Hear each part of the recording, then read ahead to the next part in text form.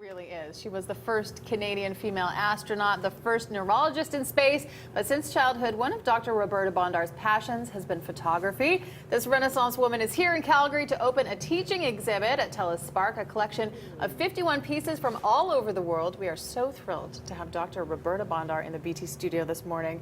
We are so excited that you're here. That's good. Well, we're going to talk about your life, your career.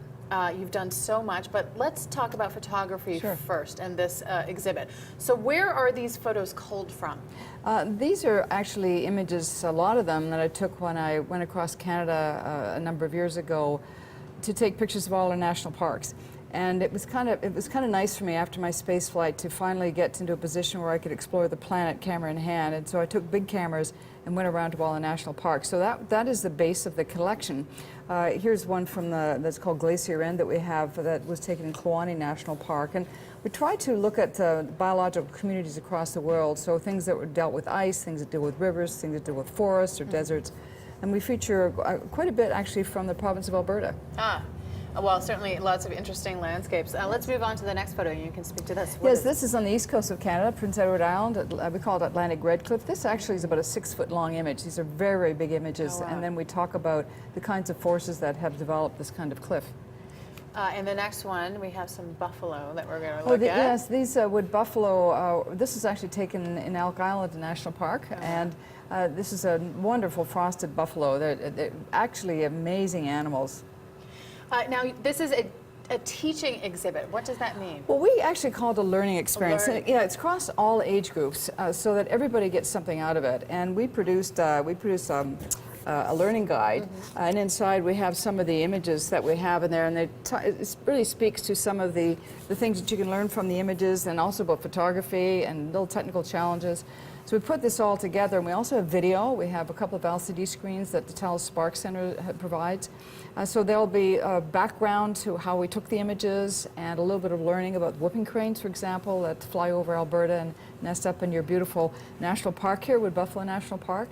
And we also feature some aerial shots of that park as well. And then we have some really interesting things from Africa, so that I think kids coming to the exhibition will see these life-size cheetah pictures, and I think they'll have fun. It will appeal to everyone. Yes. Well, and you've been doing photography for quite some time, but I have to think that going into space gave you a different view of the world. Well, it did. You know, growing up, my uncle and my father were very much into photography, so I was going into space. I made it my mission with the Earth observation people to really understand what the Earth looked like from space and to really use all the cameras. And then afterwards I trained professionally in nature and landscape photography as well. So in this particular space flight that I was on, we had 13 different camera types. We had the IMAX camera, so part of my mission is featured in the IMAX movie Destiny in Space. Wow. So looking at the Earth from space and seeing the curvature of it and the different patterns made me want to come back and explore it. Always a scientist, always a doctor, always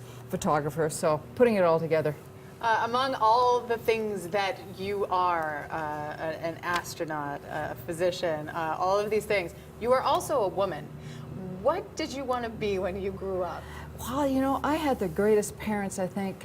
My mother certainly was way ahead of her time, and Dad was very understanding. He knew a lot of technical things. But when people were saying to Mom, oh, she should marry and be a secretary, my mother was saying, well, you know, secretaries are good, but I think she wants to do something different. And they encouraged us to, both my sister and me, to explore and to maintain that level of curiosity all our lives. So I would get plastic model rockets for Christmas, or we didn't have a lot of money, but we were able to go out and explore the outside world and be able to see butterflies and learn about birds together with our parents. At what point in your journey did you receive pushback for being a woman, or did you encounter it? Oh, absolutely. I mean, the first one, I mean, there's so many stories, but actually the first one that I remember is that I wanted to be a school crossing guard when I was in grade 8, and there was a contest, and you had to write this test. And the top person got to be the captain with this, you know, the John Brown strap, and the second would be lieutenant.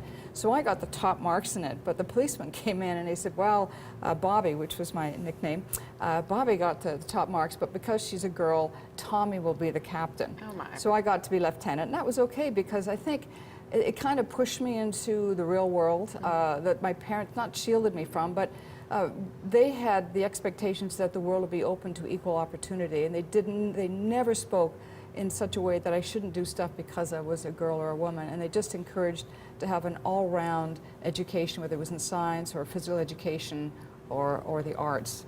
And what about when it came to working with NASA? I mean, you were well, vastly outnumbered. Well, it's quite interesting. NASA is a microcosm of society, so you have biases and things go on there. And I think the Canadian Space Agency was rife with it as well. I mean, Julia Piet and I are the only two women who've flown in Canada, but they've had multiple flights from multiple men. And so it's just interesting to see how things progress, but some things sort of stay the same. Yes. Well, we certainly hope they don't stay the same for Well, long. I'm out there trying to push things a bit myself. So, and when people see this exhibition, I think both young girls and young boys will see it and say, hey, you know, this person did it. And I think it's just as important to show men and boys that women can do it, as well as being a cheerleader for women. Final question. Should we be doing more work to explore space and sort of expand a space program, or should we be doing more work here on Earth? You asked a very interesting question. It's a Nobel Prize winning kind of answer that I would love to be able to give you.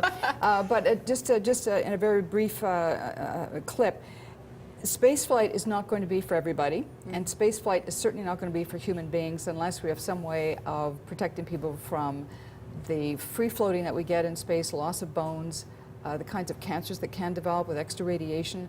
And so when we look at some of the new animal models, they're actually showing that mouse models exposed to background radiation actually have changes in the brain that we see with Alzheimer's disease. So it provides in one way a scary moment for us, saying, hey, you know, this might never happen. But the other end of it, other side of it is, look what we can learn from spaceflight about diseases down here on Earth. And if we can somehow safely have that kind of experiment going on in space to help us here on Earth, then I think it's very worthwhile, especially in the near term. We learn a lot from spaceflight. So they're not mutually exclusive by any stretch.